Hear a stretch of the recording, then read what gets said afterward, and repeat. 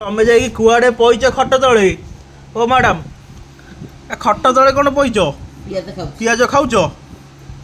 ସର୍ବାଣୀ madam, ଏଇ ଏ ହେ ଛିଲୋ, ଦେ ତାକୁ ଭିଡ଼ିକି ଆଣେ। ଓ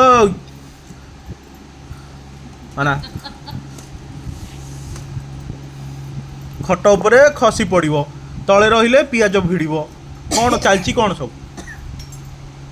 ହେଇପଟକୁ ରାଣୀ ମ୍ୟାଡ଼ାମ୍, ଖଟ ତଳୁ ବାହାର।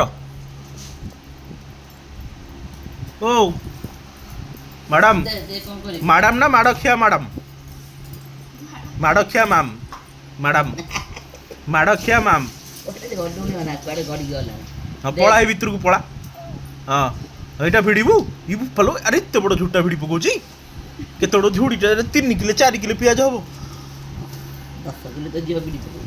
2 କିଲୋ ପିଆଜ ତ ହବ, 2 କିଲୋ ଉପରେ। ନାଇଁ, ତାର ଝୁଡ଼ି ଦରକାର। ପାଟିରେ ପଡ଼ିଲା।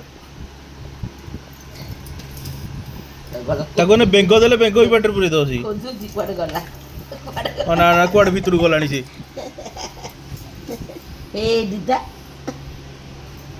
ଭିଡ଼ିଲା, ଦେଖୁଛୁ 2 କିଲୋ ପିଆଜ ହବ। ସେ ଭିଡ଼ି ପକଉଛି ତାକୁ। ସେ ସବୁ ଏକାଥରେ ଖାଇବ।